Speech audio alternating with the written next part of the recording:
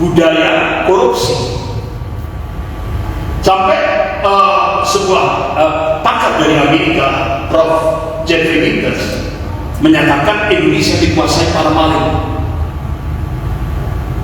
Sampai Profesor Salim Said, guru besar ilmu politik dan militer Universitas Indonesia, menyatakan kenapa negara-negara lain maju, karena ada yang mereka takuti, sedangkan Indonesia Tuhan pun tidak ditakuti. Itu kata Profesor Salim Said. Sehingga sekarang ini Bapak-bapak, yang namanya budaya korupsi itu benar-benar luar biasa dahsyat. Indonesia sumber daya alam yang luar biasa, sekaligus Allah miskinkan dengan hutang. Berapa Pak sekarang hutang Indonesia? 7.000 triliun. Jadi Pak, 7.000 triliun dibagi 275 juta penduduk Indonesia, berarti per orang nanggung hutang negara itu per orang bayi yang baru lahir sekarang itu sudah nanggung hutang 25 juta, ya sekitar 400 sekian gitu. Sementara nenek saya ini situ pondok, dia lapar, akhirnya masuk hutan ngambil kayu 1 batang, langsung divonis penjara 1 tahun. Sementara yang koruptor 16 triliun bebas. Kenapa? Dia bisa beli polisi, bisa beli jaksa, bisa beli hakim. Di Indonesia koruptor dipotong masa tahanannya dengan remisi, akhirnya ya cepat bebas. Bahkan hukuman kepada ulama dengan hukuman kepada koruptor lebih berat hukuman kepada ulama di Indonesia. Jadi koruptor itu lebih mulia dari ulama. Ini sekarang di Indonesia, tren ya sekarang di Indonesia.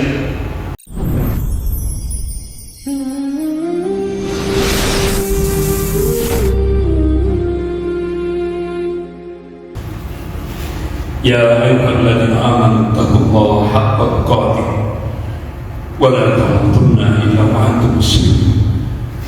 Ya ayyuhan nasu taqu rabbakum alladzi khalaqakum min nafsin wahidah wa khalaqa minha zawjaha wa batha minhuma rijalan katsiran wa nisaa wattaqullaha alladzi tasalluna bihi wal arham innallaha kana 'alaykum raqiba.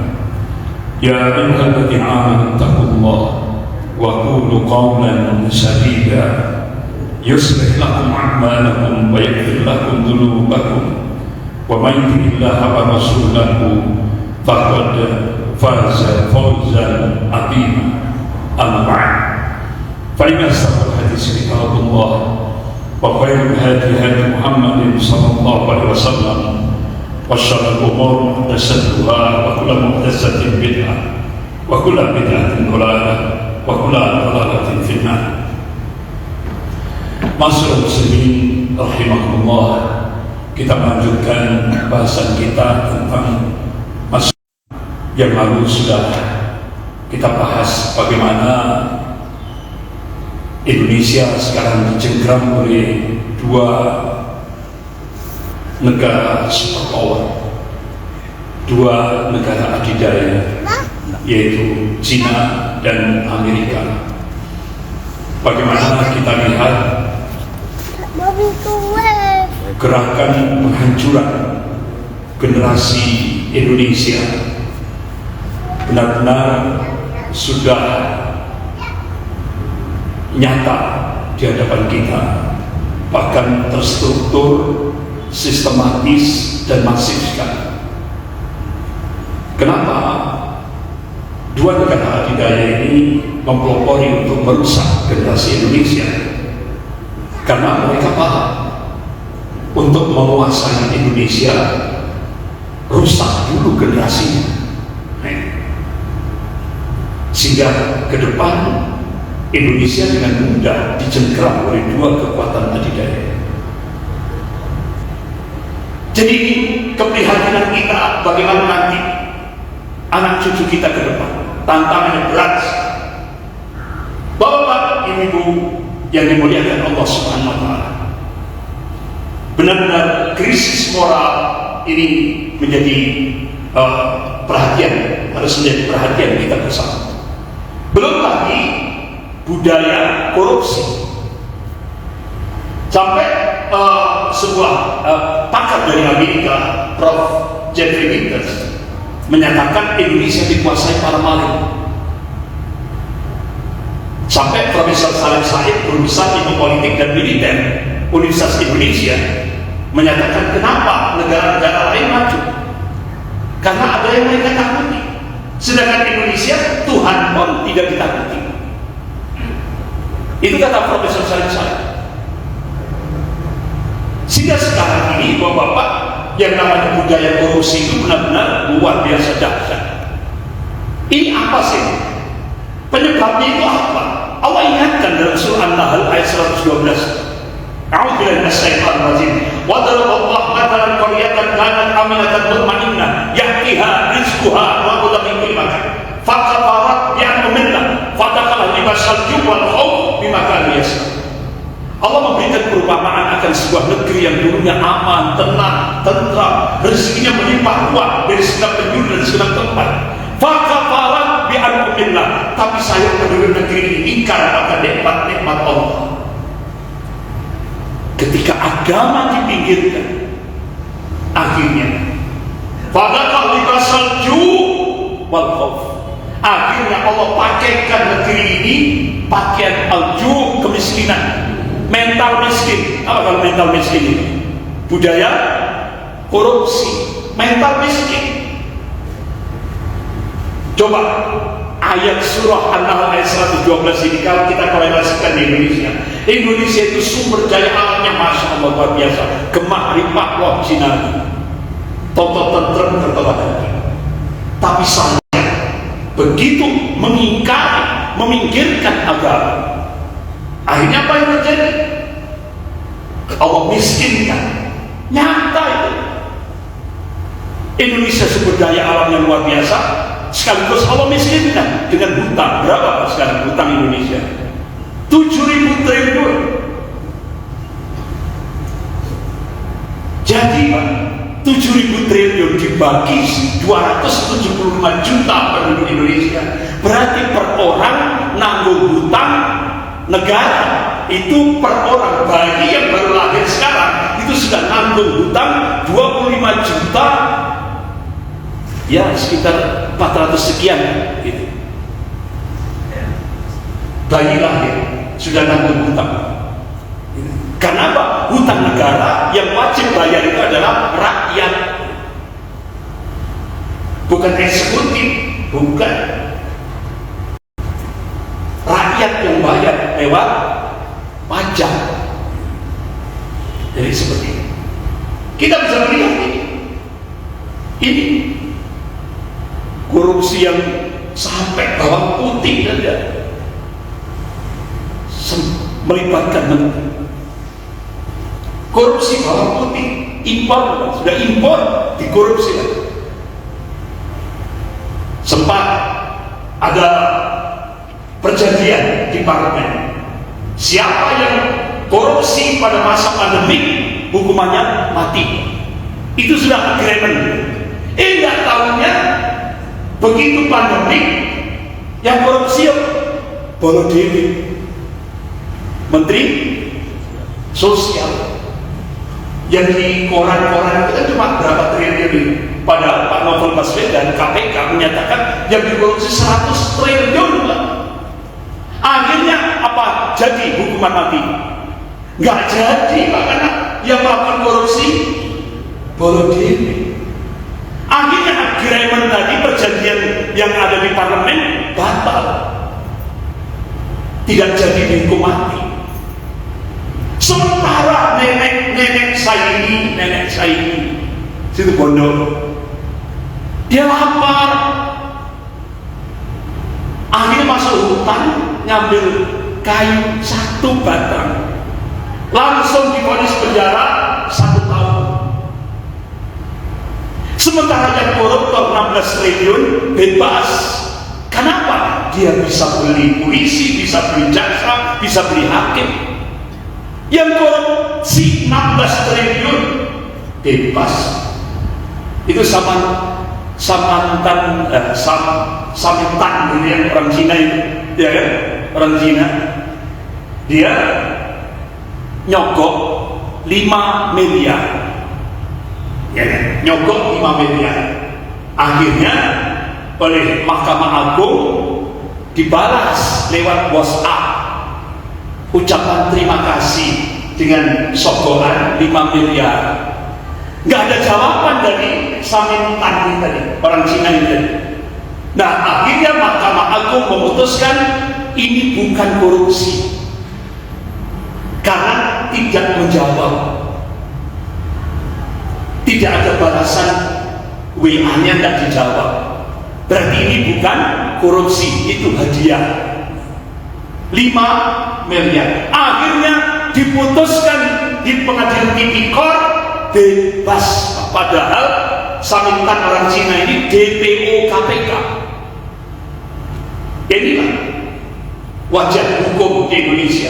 Sekarang pakar-pakar hukum di Indonesia menyatakan ini yang paling rusak perusahaan sekarang ini. Ini pakar-pakar hukum pidana. Sampai pimpinan pusat Muhammadiyah, Profesor Haidar Nasir, selama ini kan Muhammadiyah jihad konstitusi.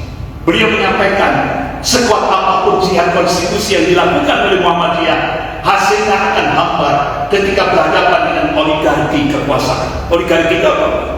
Kekuasaannya dipegang oleh Cina, dikuasai oleh Cina.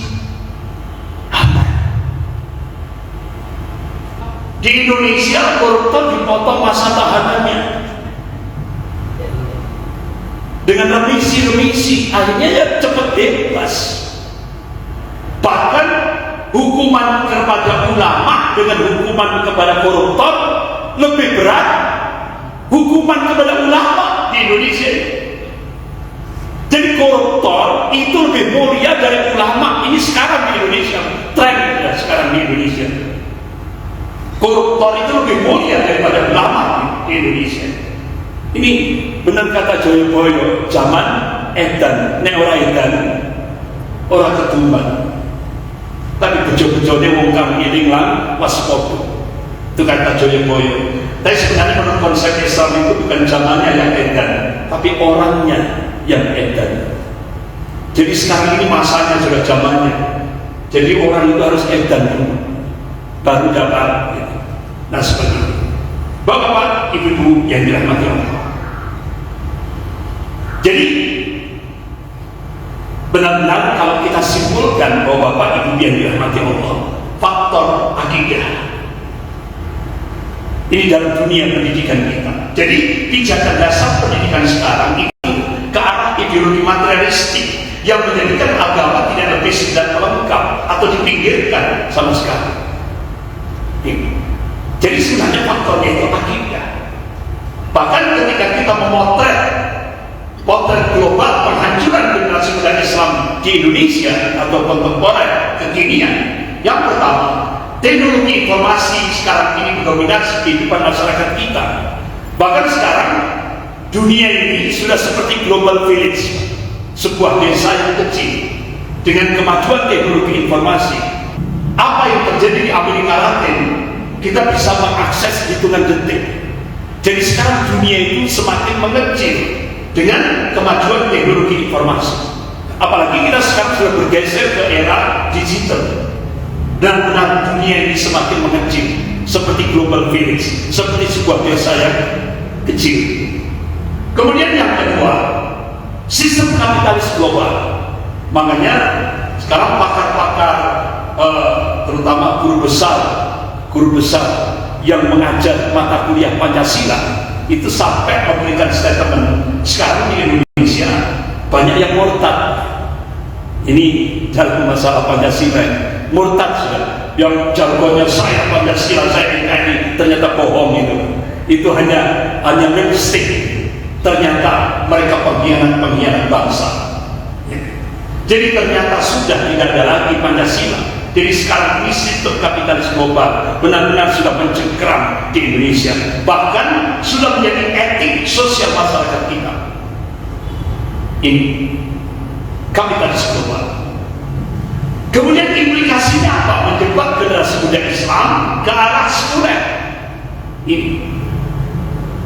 Jadi benar-benar agama dipisah dalam kehidupan dan westernized ke barat-baratan. Artinya kehidupan hedonis masa bodoh dalam aturan syariat. Jadi sebenarnya bapak-bapak ibu yang dirahmati Allah, yaitu tantangan akidah. Apa?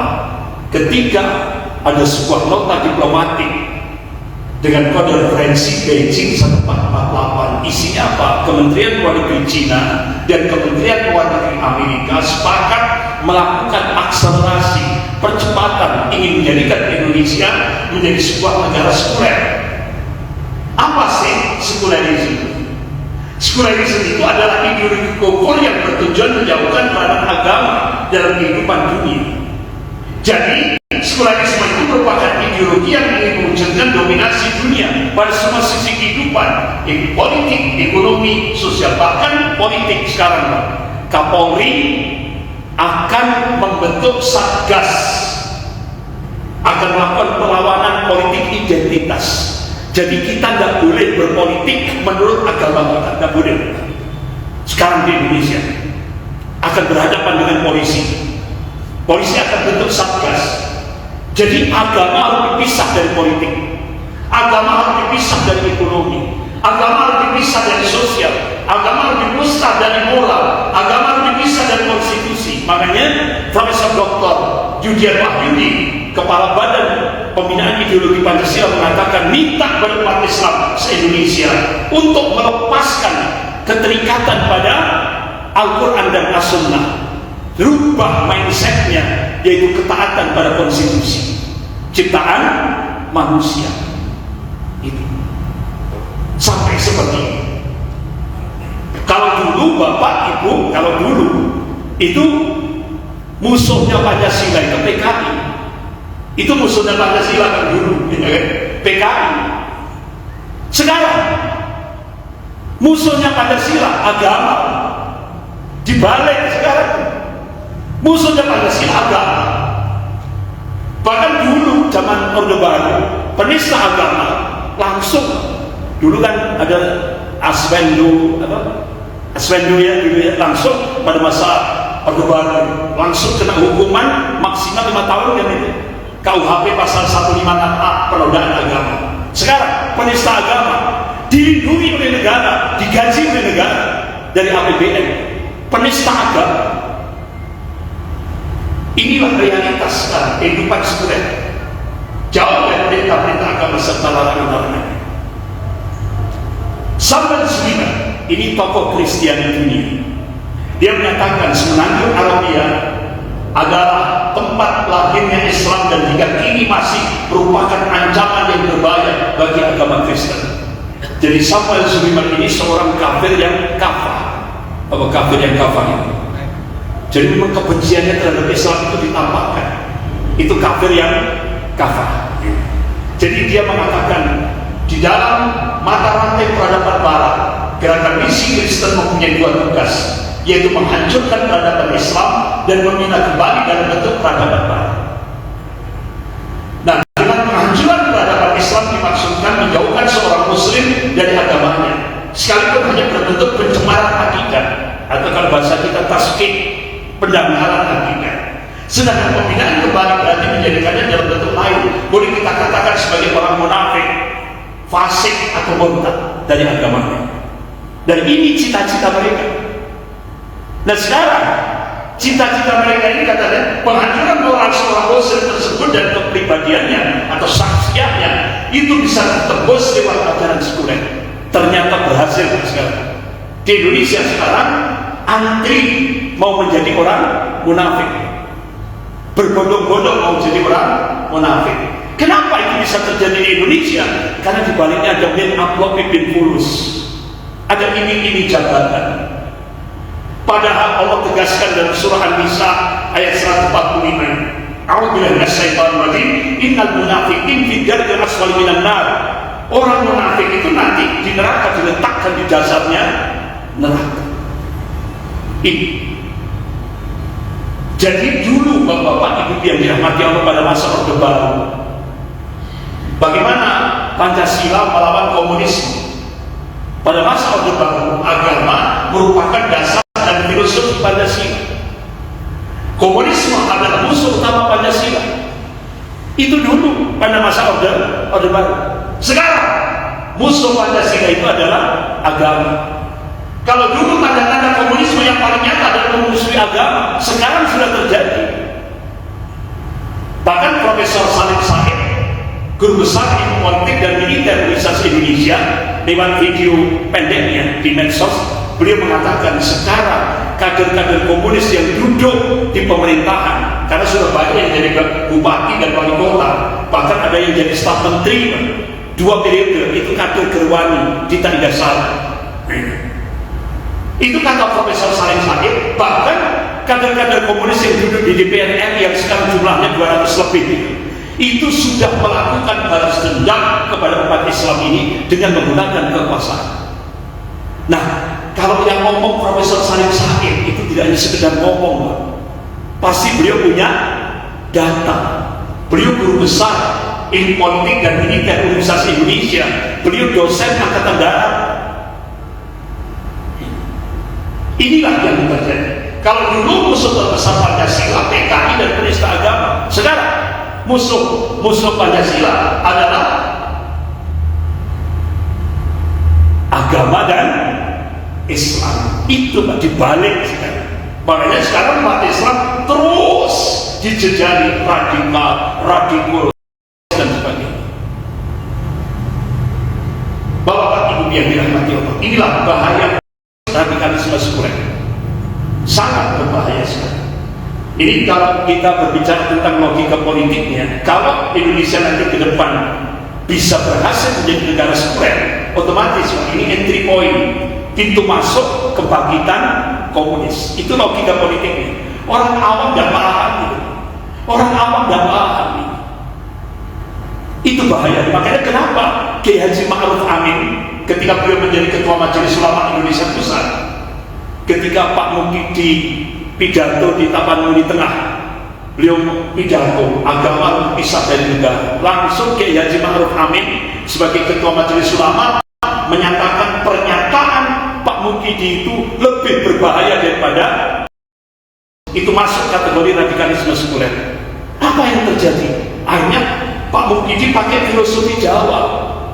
Gimana? Monggo botongo di pangku mati. Akhirnya Kiai Ma'ruf di pangku. Hidup apa mati? Mati. Pakai filosofi Jawa.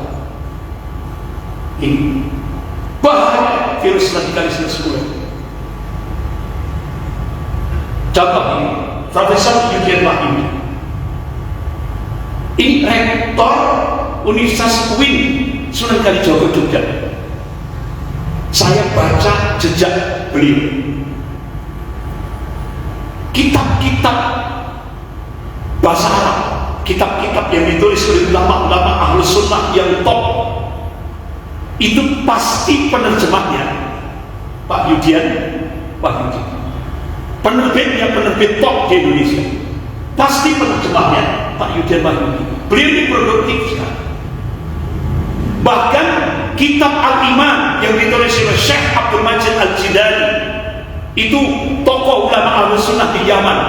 Bahkan kitab Al-Iman itu direkomendasi 100 kibar ulama besar Ahlus Sunnah wal Jamaah tingkat dunia. Siapa penerjemahnya? Profesor Yudhian Wahyudi. Saya di rumah, saya punya itu paling banyak penerjemahnya beliau. Tapi pertanyaannya, kenapa tiba-tiba begitu beliau diiming-iming jabatan menjadi kepala pembinaan ideologi Pancasila langsung berubah, diiming-iming jabatan langsung berubah. Akhirnya beliau dilantik di Istana Negara menjadi Kepala Badan Pembinaan Ideologi Pancasila. Selesai dilantik di Istana Negara, beliau cium tangannya Ibu Megawati. Padahal beliau itu paham tafsir, paham hadis. Beliau paham kalau bukan mahramnya itu haram hukumnya, neraka. Tapi beliau cium, ini bukan mahramnya. Nah, akhirnya selesai dilantik di Istana Negara, beliau memberikan statement, agama musuh terbesar Pancasila. Terus merenung, malam itu merenung, ya Allah, ternyata untuk istiqomah itu berat. Ternyata tidak cukup dengan ilmu yang tinggi, Pak. Belum cukup. Jangankan Yudhian Wahyudi, ini Allah mengabarkan dalam Al-Quran, ulama yang top, Bal'am, itu ulama yang masyhur di Mesir, doanya makbul. Hari ini berdoa, hari ini pula dikabulkan oleh Allah. Tapi apa yang terjadi? Allah mengabarkan Bal'am mati dalam keadaan kafir. Kenapa? Karena dia perturutkan ahwanya, hawa nafsunya. Dia ikuti rayuan Fir'aun. Dia ambil jabatan, harta, kedudukan. Akhirnya dia mati dalam keadaan kafir. Ini Allah sendiri yang mengabarkan. Jadi jangankan ini, Pak, dia sudah menguasai tafsir Al-Quran, tafsir hadis, ilmu din, ilmu agama mereka kuasai. Tapi kenapa? Apa kalau bahasa Malang? Mencret. Ternyata ilmunya tidak memberi keberkahan dan hidup kehidupannya. Bapak-bapak, ibu yang dirahmati Allah. Jadi ini kan tidak ada bedanya dengan apa yang disampaikan oleh Karl Marx, Stalin, Mao Zedong. Ya. Bahkan setelah Profesor Dr. Yudhian Wahyudi diangkat di Istana Negara, ini rektor yang baru, yang UIN, rektor UIN Sunan Kalijogo Jogja, Profesor Dr. Al-Makin, mungkin kepingin niru yang ini temannya juga, ya kan? Dia berikan statement di media baru saja. Dia berikan statement agama candu, kan tidak ada bedanya dengan komunis. Agama racun, sama dengan Mao Zedong. Tapi tidak dapat jabatan. Ya mungkin karena anaknya belum waktunya, ya kan? Belum waktunya. Jadi bapak-bapak ibu yang dirahmati Allah, jadi di Indonesia sekarang ini agak lucu.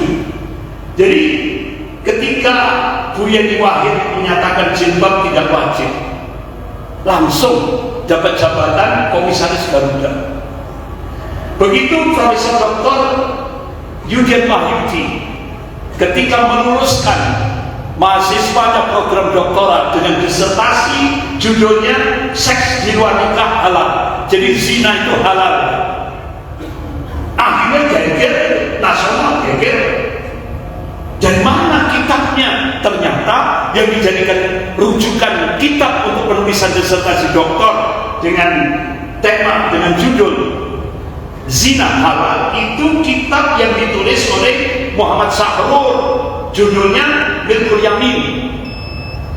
Ternyata kitab Milkul Yamin itu dicoba, diteliti oleh Syekh Muhammad Nasiruddin Albani rahimahullah.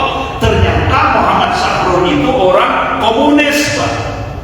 Nah kalau di Arab itu kan namanya kan tidak ada nama Bejo, itu kan tidak ada, Pak. Namanya mesti nama-nama Islami, tapi ideologinya komunis. Seperti di Irak ada Partai Ba'ath, itu komunis. Jadi Muhammad Sahrur ini tokoh komunis, dia bikin kitab Milkul Yamin, dia menghalalkan zina. Nah, bahkan Mbak Puan itu memberikan statement beras ini mahal, jadi orang miskin diet saja, langsung dapat gelar doktor honoris causa, nggak usah kuliah. Bahkan ibunya juga dapat gelar profesor tanpa kuliah. Nah, jadi akhirnya begitu banyak ormas-ormas Islam, tokoh-tokoh Islam mencoba memberikan nasihat kepada Profesor Yudhian Wahyudi, sehingga akhirnya beliau memutuskan lewat media untuk puasa bicara selama 1 tahun. Jadi beliau puasa bicara selama 1 tahun. Dan tahunya mungkin tidak kuat lompat. Akhirnya dia memberikan statement lagi, minta kepada umat Islam di Indonesia untuk merubah mindset, cara pandangnya dari ketaatan pada Al-Quran dan hadis harus dirubah menuju pada ketaatan pada konstitusi ciptaan manusia. Ini lebih gila lagi. Jadi ini hampir mirip dengan DNID, tokoh PKI di Indonesia. Jadi revolusi mental itu tidak akan pernah berhasil bila rakyat tidak dijauhkan dari agama. Makanya sekarang tren di Indonesia, agama dipinggirkan dan kehidupan berbangsa dan bernegara. Jadi agamanya privasi saja. Bahkan sampai Wakil Sekjen Majelis Ulama Indonesia Pusat, beliau sudah meninggal, yaitu Kiai Haji Tengku Zulkarnain. Beliau nantang pada Pak Yudhian Wahyudi, kalau Pak Yudhian Wahyudi, Profesor Yudhian Wahyudi mengatakan musuh terbesar Pancasila adalah agama, apakah dia menganggap bahwa kawan terbaik Pancasila adalah PKI, ateis, anti agama? Berani bicara gitu? Ayo monggo silakan, ditantang. Langsung saja terang-terangan, sampaikan saja bahwa kawan Pancasila itu adalah PKI, ateis, dan anti agama. Kalau berani ngomong seperti itu, sudah lebih bagus, ya kan? Tapi ternyata tidak berani. Dia hanya beraninya ngomong agama adalah musuh Pancasila.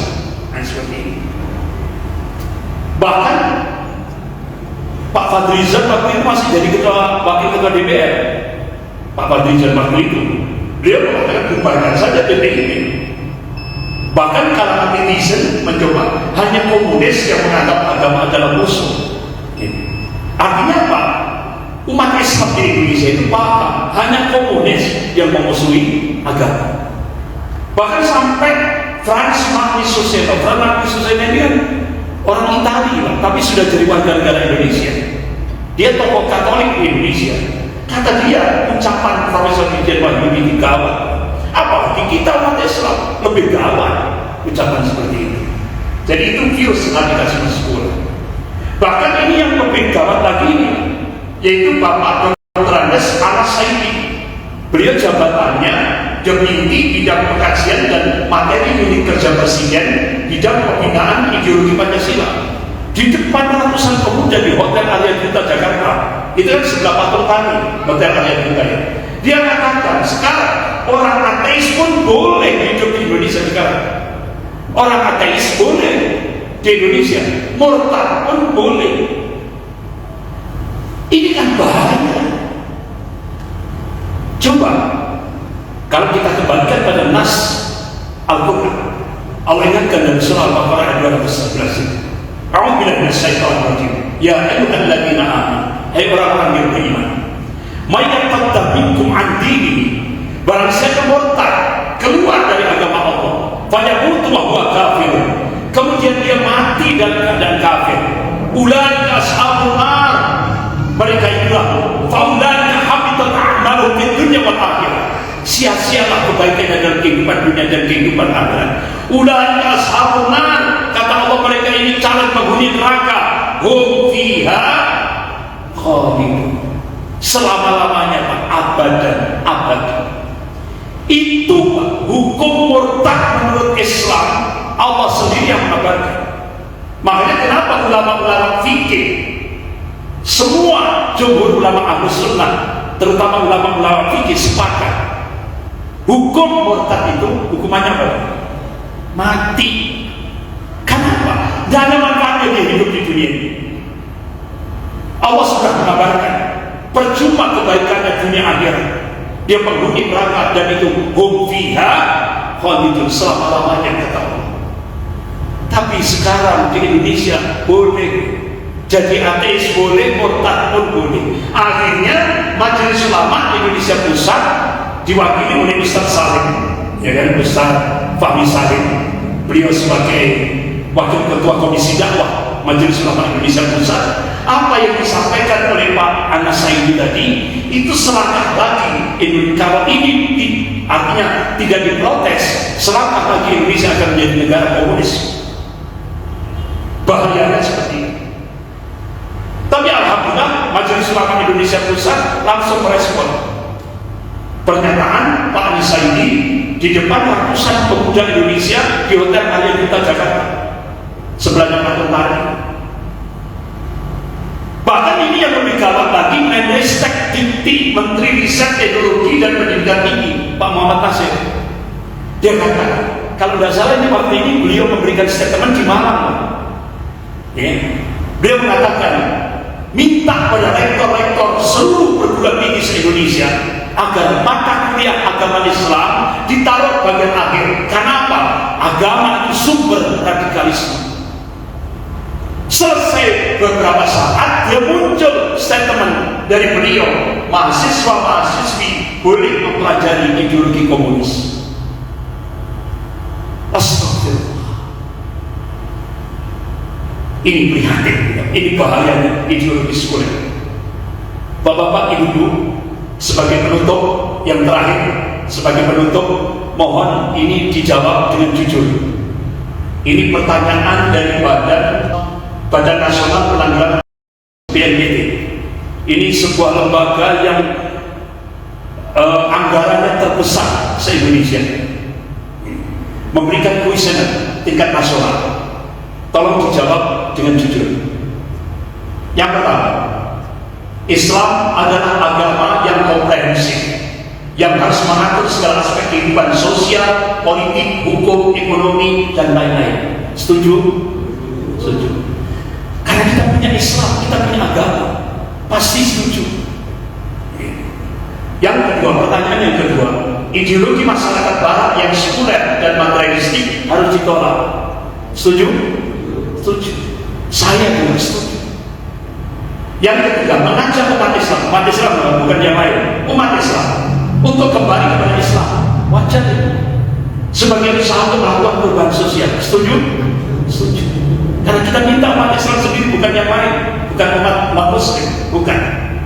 Yang keempat, upaya-upaya Islamisasi pada masyarakat Muslim melalui pengorganisasian, artinya diatur secara rapi ataupun pembentukan sebuah jamaah yang kuat. Setuju? Setuju. Saya kira kalau kita punya agama, punya Islam, semuanya setuju. Tapi sekarang bapak-bapak, ibu-ibu, kalau kita punya keyakinan yang empat ini, itu menurut BNPT masuk kategori Islam radikal. Karena sekarang di Indonesia, Islam yang terbaik itu adalah Islam Nusantara. Kalau kita komitmen pada Al-Quran dan hadis, masuk stigma Muslim radikal. Bahkan ada fikih Islam Nusantara. Jadi ciri Islam Nusantara itu yang pertama, dia menerima pemimpin kafir dan taat kepada pemimpin kafir. Itu dalam fikihnya. Yang kedua, menerima agama baru, yaitu pluralisme agama. Satu keyakinan yang menganggap semua agama sama. Itu ciri Islam Nusantara, ciri Muslim terbaik di Indonesia. Yang ketiga, yaitu mendukung kearifan budaya lokal. Artinya budaya-budaya syirik harus didukung. Nah, ini Islam terbaik di Indonesia sekarang. Jadi kalau kita komitmen pada Al-Quran dan hadis, Muslim radikal, jelek konotasi. Akhirnya bapak-bapak ibu yang dirahmati Allah, Profesor Dr. Kiai Haji Dunahar Ilyas, beliau sudah meninggal. Beliau minta kepada pemerintah agar stigma radikal harus dikomunikasikan dengan majelis ulama, dengan tokoh-tokoh ulama. Jangan orang yang tidak paham agama disuruh berfatwa tentang agama. Ya otomatis Pak, akhirnya umat Islam jadi musuh, dan itu tidak baik. Tapi sampai beliau meninggal tidak ditanggapi. Jadi minta dari MUI, dari majelis ulama, Ya, kalau stigma radikal ini, ayo dimusyawarahkan bersama. Jangan sampai umat Islam jadi dijadikan musuh negara, rugi nanti. Kenapa? Umat Islam ini mayoritas di Indonesia ini penguat negara, ya, penopang negara. Tapi sampai beliau meninggal tidak ada respon. Ya sudah, inilah implikasi dari ketika kita dicengkram oleh dua negara adidaya, Cina dan Amerika. Insya Allah kita lanjutkan Jumat depan. Jumat berapa? Kelima ada ya. Berarti bulan depan Jumat pertama, kedua, keempat, dan kelima. Sekian, kita akhiri dengan doa kafaratul majelis. Subhanakallahumma wa bihamdik, asyhadu an la ilaha illa anta, astaghfiruka wa atubu ilaik.